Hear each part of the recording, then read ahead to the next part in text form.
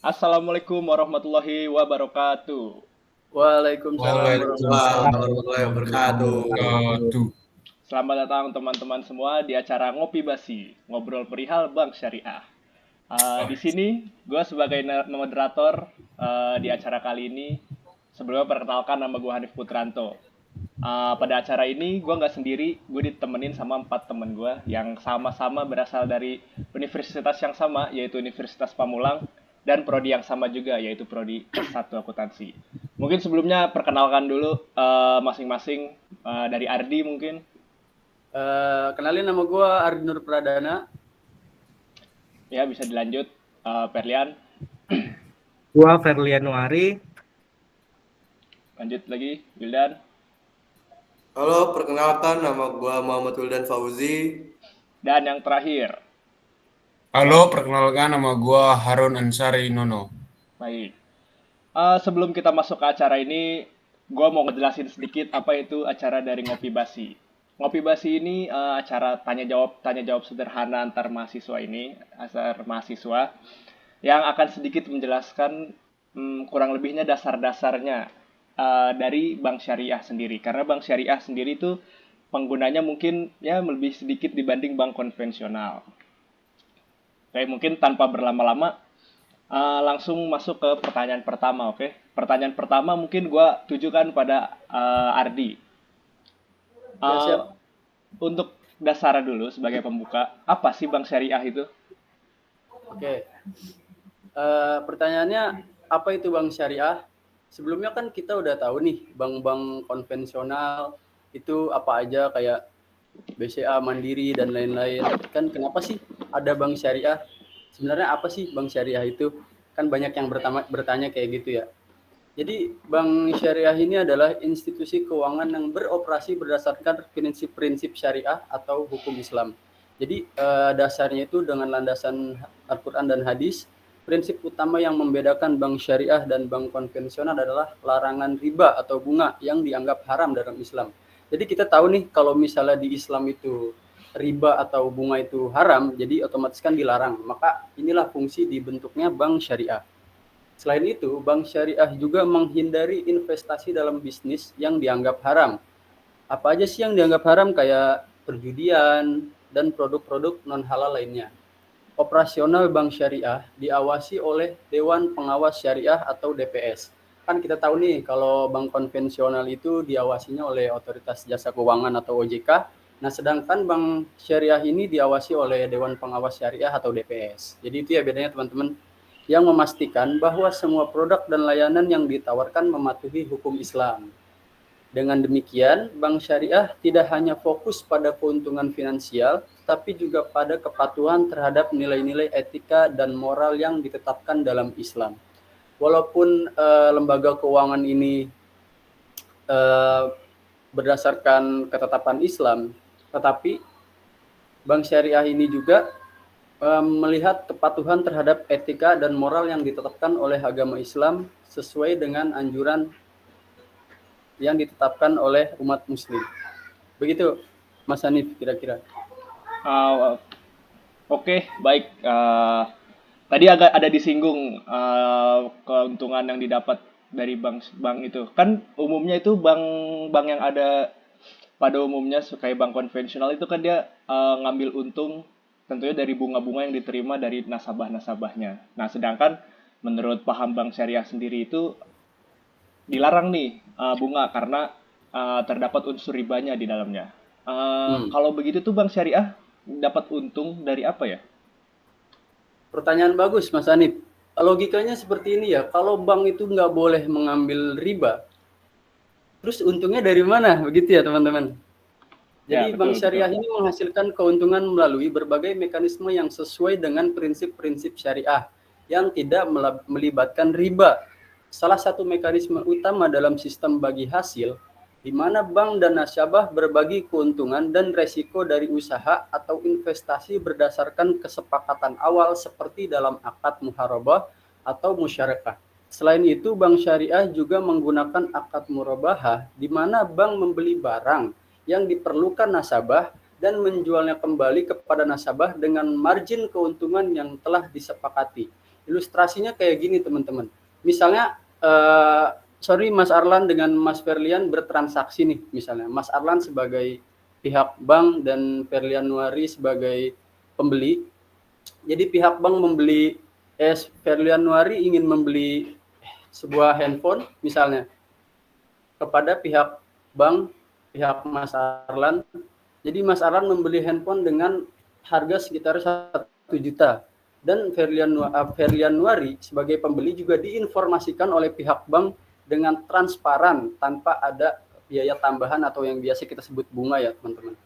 Jadi Mas Ferlian dengan Mas Arlan pihak bank itu sama-sama transparan. Ini loh kita beli harga 1 juta. Kita sepakat nih bahwa untuk mengambil margin keuntungan dengan persetujuan si customer tanpa kita mematok harga. Itulah biasa kita sebut dengan akad.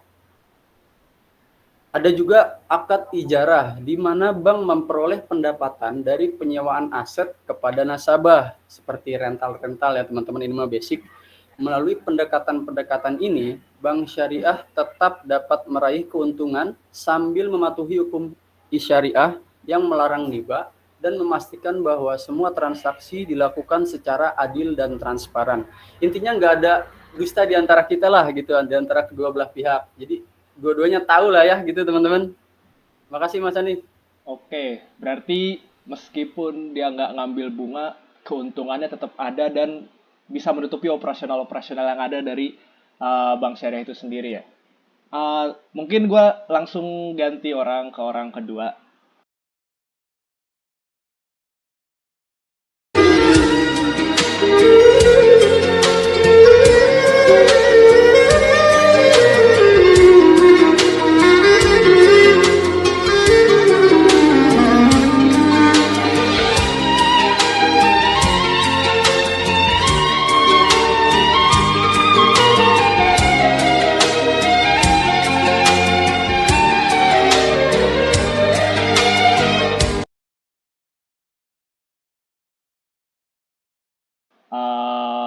Mungkin pertanyaan ini gue tuju ke Perlian.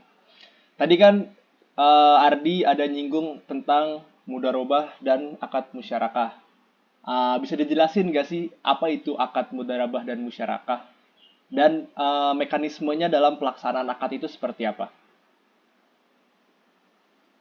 Oke, sebelumnya terima kasih dulu kepada Mas Ardi yang telah menjelaskan mengenai apa itu bank syariah, kemudian hasil keuntungan dan dari mana.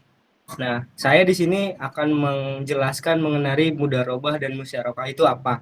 Nah, jadi mudarobah adalah akad kemitraan antara pemilik modal dan pengelola modal, di mana pemilik modal menyediakan seluruh modal yang dibutuhkan untuk usaha. Sementara pengelola itu sendiri bertanggung jawab untuk menjalankan usaha tersebut. Contoh mekanismenya itu seperti misalkan di awal itu keuntungan yang dihasilkan dari usaha ini harus dibagi antara pemilik modal dan pengelola berdasarkan rasio yang telah disepakati sebelumnya pada awal perjanjian tersebut terjadi. Namun, jika usaha mengalami kerugian, maka kerugian tersebut ditanggung sepenuhnya oleh pemilik modal, kecuali kerugian terjadi karena kelalaian atau kesalahan pengelola itu sendiri.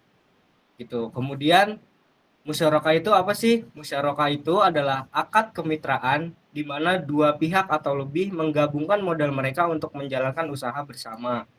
Setiap mitra berkontribusi dalam bentuk modal dan berbagai keuntungan serta kerugian berdasarkan rasio kontribusi modal atau kesepakatan bersama. Nah, kemudian mekanismenya itu seperti apa sih? Jadi mekanisme di sini itu keuntungan yang dibagi sesuai dengan rasio yang telah disepakati di awal, sama seperti mudarobah tadi. Sementara kerugian berdasarkan proposal modal yang disertakan oleh masing-masing mitra. Jadi jika ada kerugian itu dibagi berdasarkan proporsi modal yang disertakan di awal perjanjian tersebut. Seperti itu mungkin kiranya Mas Hanif. Baik, berarti yang dijelaskan tadi itu sedikit menyimpulkan saya ya.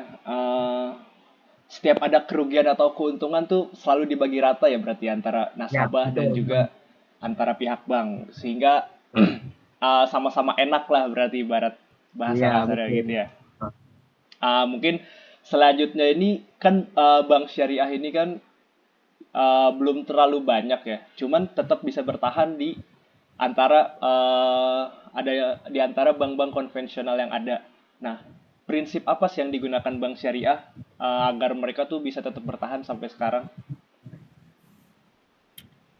Nah, mungkin sedikit menambahkan ya, kalau di mudorobah itu lebih ke di mana tindakan yang terjadi dari kerugian tersebut dibebankan oleh si yang membuat kesalahan tersebut. Kemudian kalau misalkan si musyarakah ini, dia tuh lebih ke perjanjian di awal, beberapa banyak presentasi modal yang dikeluarkan oleh baik itu pengelola maupun si pemberi modal itu sendiri.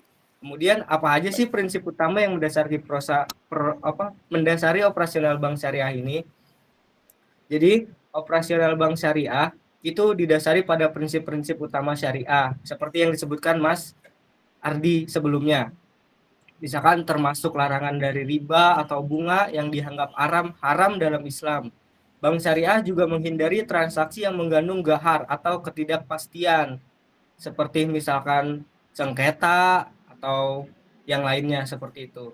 Kemudian ada masyir atau spekulasi seperti misal kayak bermain trading yang mengharuskan itu berspekulasi ini tuh seperti apa seperti itu. Kemudian selain itu bank syariah juga menjalankan bisnis berdasarkan sistem bagi hasil dan akad-akad syariah seperti mudharabah, musyarakah, mudharabahah, dan ijarah. Semua aktivitas bank harus sesuai dengan hukum Islam, termasuk larangan investasi dalam bisnis yang dianggap haram seperti perjudian, lalu alkohol, dan produk-produk yang non-halal lainnya. Kemudian transparansi, keadilan, dan kepatuhan terhadap etika Islam juga menjadi landasan operasional bank syariah. Mungkin itu saja yang bisa saya sampaikan, Mas Hanif. Baik, terima kasih atas jawaban-jawaban yang dipaparkan oleh Ferlian. Untuk pertanyaan selanjutnya, saya akan pindah mungkin ya ke narasumber yang satu lagi. Mungkin gue di sini mau nanya ke Wildan. Dan tadi kita udah berbincang-bincang tentang apa itu bank syariah, sama menyinggung-nyinggung sedikit tentang bank konvensional. Nah, apa sih perbedaan utama nih yang ada pada bank syariah dan konvensional itu? Oke, halo Mas Hanif. Untuk pertanyaannya kan mungkin perbedaan ya utama antara bank syariah dan bank konvensional ya. Sebenarnya perbedaan utama antara kedua bank ini, bank syariah dan bank konvensional ini terletak pada prinsip operasional dan sumber pendapatannya.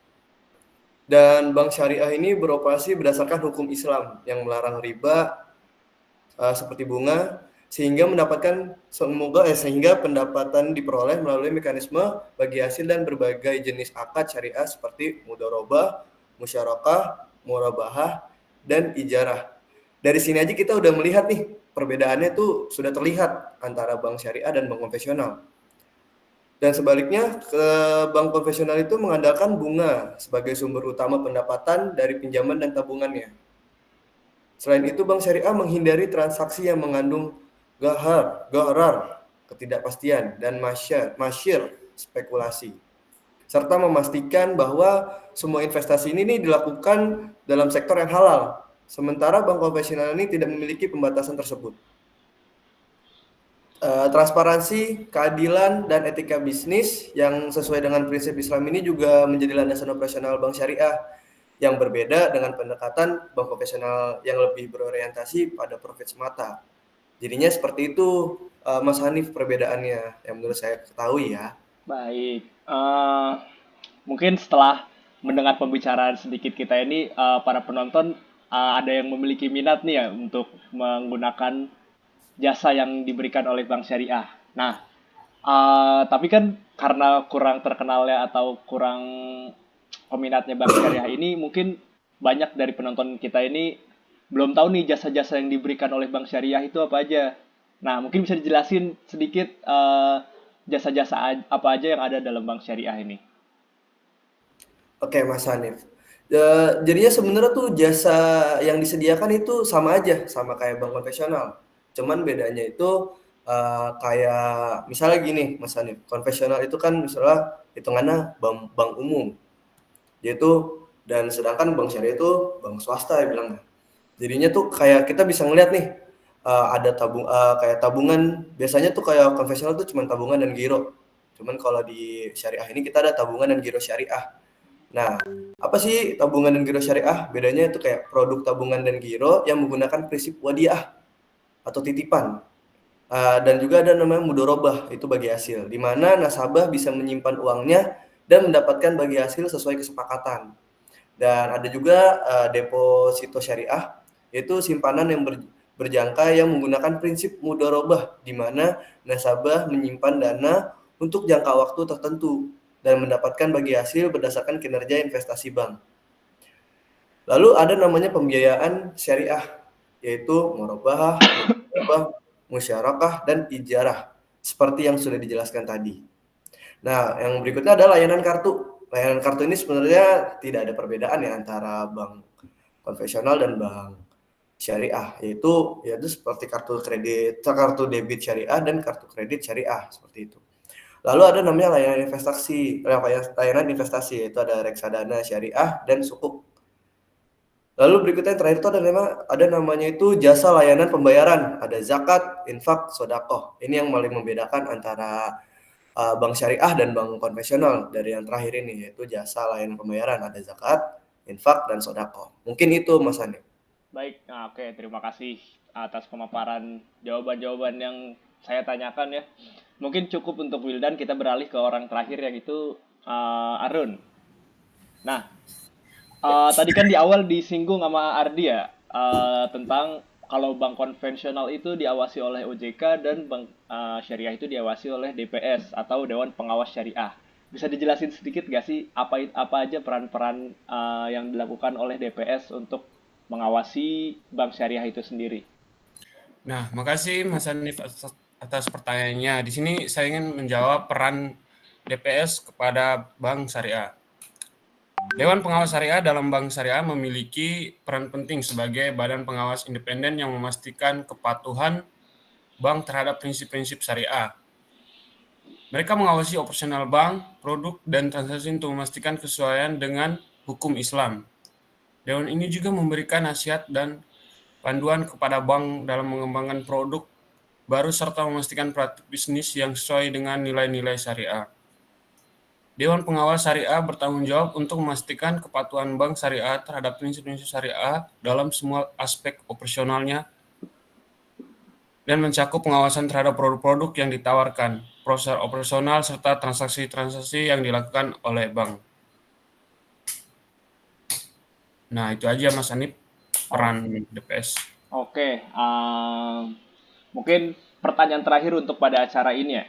Tadi sempat disinggung nih, kalau bank syariah ini harus tetap sejalan dengan syariah-syariah Islam, kayak harus tadi menghindari gahar seperti yang ketidakpastian, sama menghindari sesuatu-sesuatu yang haram yang telah ditentukan oleh ajaran Islam. Nah, pertanyaan itu bagaimana sih bank syariah itu dapat memastikan transaksi atau produk-produk yang diberikan oleh bank syariah ini sesuai dengan hukum syariah? Oke, jadi Bank Syariah memastikan bahwa semua transaksi dan produknya mekanisme pengawasan dan kepatuhan yang ketat. Pertama, bank tersebut memiliki Dewan Pengawas Syariah yaitu DPS yang bertugas untuk mengawasi seluruh operasional bank dan memastikan bahwa semua kegiatan sesuai dengan prinsip-prinsip syariah. DPS juga memberikan fatwa dan panduan terkait dengan aspek-aspek tertentu dalam operasional bank. Selain itu, Bank Syariah memiliki tim internal yang secara khusus bertanggung jawab untuk memeriksa dan memvalidasi setiap produk dan transaksi sebelum diluncurkan atau dilakukan.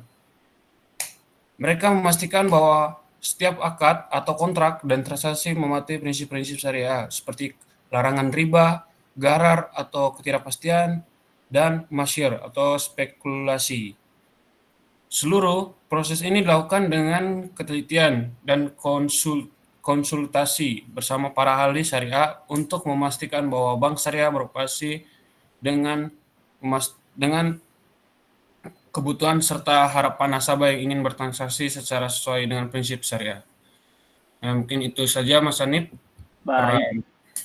Baik, karena tadi berhubung udah telah pertanyaan terakhir yang ada di episode pertama dari Ngopi Basi ini, mungkin dicukupkan untuk episode kali ini. Gue sebagai host Ngopi Basi, yaitu Hanif Putranto. Terima kasih pada teman-teman narasumber yang telah menyempatkan waktu untuk sedikit ditanya-tanya.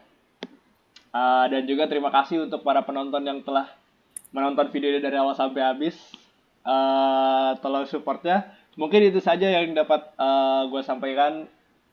Kurang lebihnya mohon maaf. Wassalamualaikum warahmatullahi wabarakatuh. Dadah. Waalaikumsalam teman-teman. Warahmatullahi wabarakatuh.